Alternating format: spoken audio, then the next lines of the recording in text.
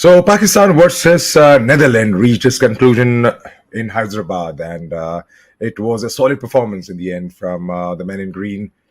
Well, at a moment, it looked like they were out and about from the game with 38 for three in a span of 11 overs, and then it was down to two men, two fine young cricketers in Rizwan and Saud Shakeel, especially Saud, who doesn't really have that much of experience when it comes down to ODI cricket for Pakistan, considering the fact that it's the first World Cup for both of them. दोनों का पहला ही World Cup है और पहले ही World Cup में, and when the team was troubled, when the chips were down, आपने एक ऐसी performance दे दी कि it has set a tone for the Pakistan team going forward in the tournament.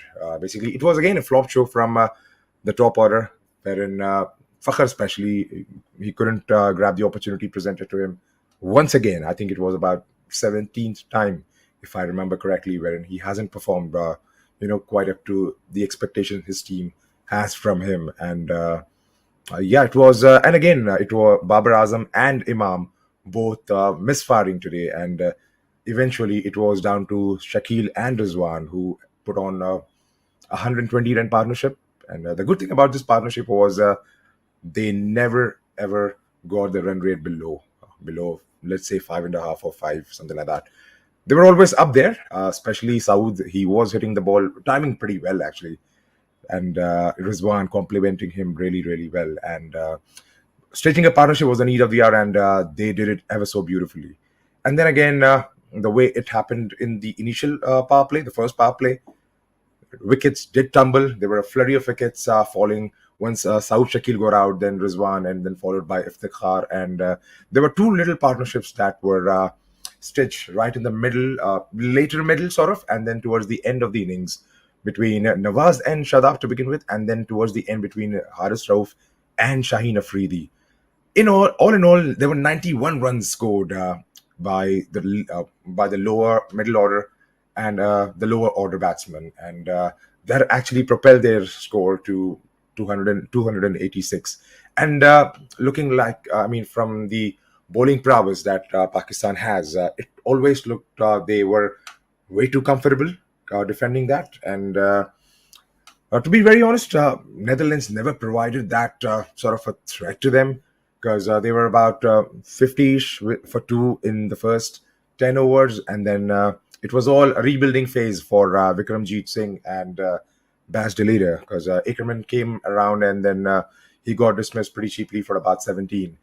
And then there was a good partnership, and when things were looking a bit good for Netherlands, and against it was against the run of play where Vikramjit, lost his momentum and then got out to Fakhar Zaman in the deep against Shadab. Well, there was a wicket for Shadab in the end, basically. And then once Vikramjit got out, it was a couple of wickets going down in 1 over of Haris Rauf with Scott Edward and Teja Nidamunaru getting out fairly cheaply. And then it looked like it's never going to happen. I think they rushed things a bit too much, because they could have actually taken the game down to the wire, at least to, stretch it a little deeper and then see what happens in the end. Because with some power hitters, because we all have seen what they have done to some good decent oppositions in the qualifiers. So it was that sort of a game wherein they could have actually battled a little deeper and then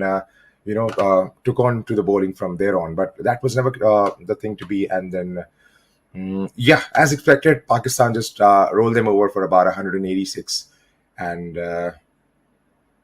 96 perhaps, because they won by 81, I guess. So and when it comes down to Pakistan bowling, I think Haris did pretty well. Hassan Ali, he was in his comeback game, and he bowled really, really well, especially in that first spell, picking up that first wicket against the odds. Basically, everyone was banking on Shaheen Afridi to go boom boom, and then it was from the other end that Pakistan got the breakthrough eventually. And then spinners contributing, all-round show put in by Nawaz and Shadab, which should be very pleasing sight for Babar Azam. And then obviously wicket for Iftikhar, who rolled his arm over for 3 overs and getting the important wicket of Ackerman. So it's a pretty decent start for Pakistan, because they have their net run rate. up and going, because that's if you go back to 2019, the first game they played against the West Indies, wherein they lost miserably to the team from the Caribbean. So, and that actually came to haunt them right till the very end of the tournament, wherein they were ousted on the basis of net run rate. Though they did manage to win a few games towards the back end of the tournament, but it was never going to happen that they made it through to the semi-finals. So it's a good start for them. We'll have to wait and see where they progress. So we'll be back tomorrow again with a match preview between Sri Lanka and Afghanistan. I beg your pardon, and also for the South African game. So it's been that sort of a tournament. I mean, it's just the beginning, and then it's going to be it's going to be a build on from here, from here. So it's going to be Afghanistan and Bangladesh who play the first match, and then later in the evening we have South Africa featuring. So do join me again, and I'll catch you back. Thank you so much.